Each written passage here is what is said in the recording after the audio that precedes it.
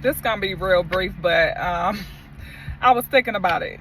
When you operate from a pure heart, I believe God will stand in the gap for you, and God will heal you if other people do you wrong. I truly believe that.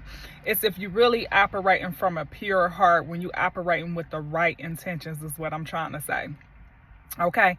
And what came to me was I was just sitting here thinking about it. I'm right here like, God is love, and he wants us to love other people. He wants us to do unto others as we are doing to ourselves. And, all throughout the Bible, he talk about love, and he talk about love being the greatest power of his all. But then you got some people who get hurt in the process of, loving people, loving, in a relationship, loving a family or whatever. You got people who get hurt in the process. And I'm like, well, God, why would you allow, certain people to get hurt in the process?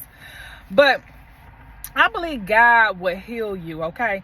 And, man look on the outer, God look on the inner, meaning man look at the actions of what people do, but God knows what's inside of people's heart. You see what I'm saying? So you can see somebody helping somebody and doing something for somebody, and it seems like they all in, but they can have bad motives. They can have bad intentions for that person. And on the outside looking in, somebody can be looking like, oh, well, she love him. She doing this. She do that for him. She do this. Or he love her, man. Look how he do this for her. He do that for her.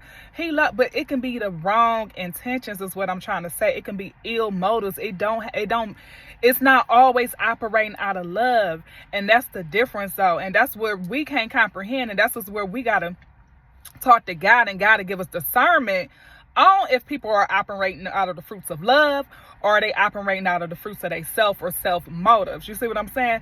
So you can't let tricky things like that on what people do, their performance, dictate, or how you gonna perceive them is what I'm trying to say. If that makes sense, okay? Like you can't let that be the be all end all. Like, oh, they doing this, so they this kind of person. They doing that mean they're this kind of person. That don't mean nothing, okay? You can't even let the number of followings people got or none of that, dictate who they really are on the inside. God knows who people really are on the inside. I was listening to Pastor Darby, and he was like, in the end times, he said, don't base the number of people, people being able to attract people by who that person really being. He was saying because the enemy has a light too. He has a light that he can draw in people too. You see what I'm trying to say? So you can't judge that, okay? But what you can do is you can stay close to God and ask God for discernment, all right? Because I'm not saying that just because somebody got a big following, they bad people or anything like that. I'm not saying that at all. I'm just saying that, we as people, we look on the outer, we don't look on the inner, and that's how we miss the ball a lot of times, okay? Like for instance, let's say a woman, she get in a relationship with a guy, and she like this new guy. You like, oh, I like him. He ain't like my last dude. My last dude, he was calling, wanting to know where I'm at. And, he just, wanting to see who I'm hanging with. And, he was just too overprotective. But this dude I talk to now, he don't be on my back. He let me sit back, chill, and be myself, this, and that. So the new dude she talking to might be doing all the right things, but he might have ill intentions. Maybe he not checking on you, girl, because he don't care.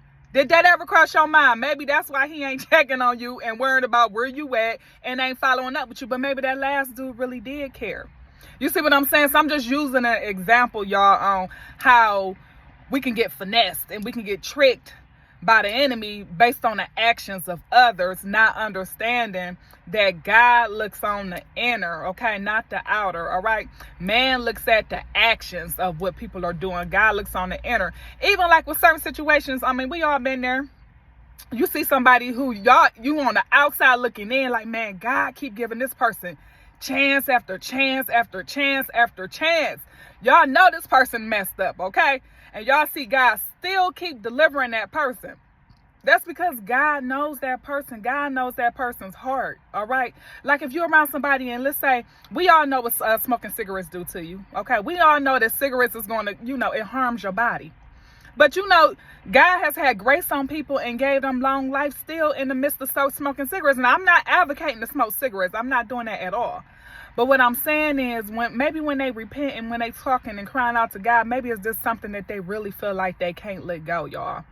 Maybe there's something that they are really dependent upon, and God see their heart, and God like, man, I know you really want to put this down. I know you want to change, but you don't see how you can change.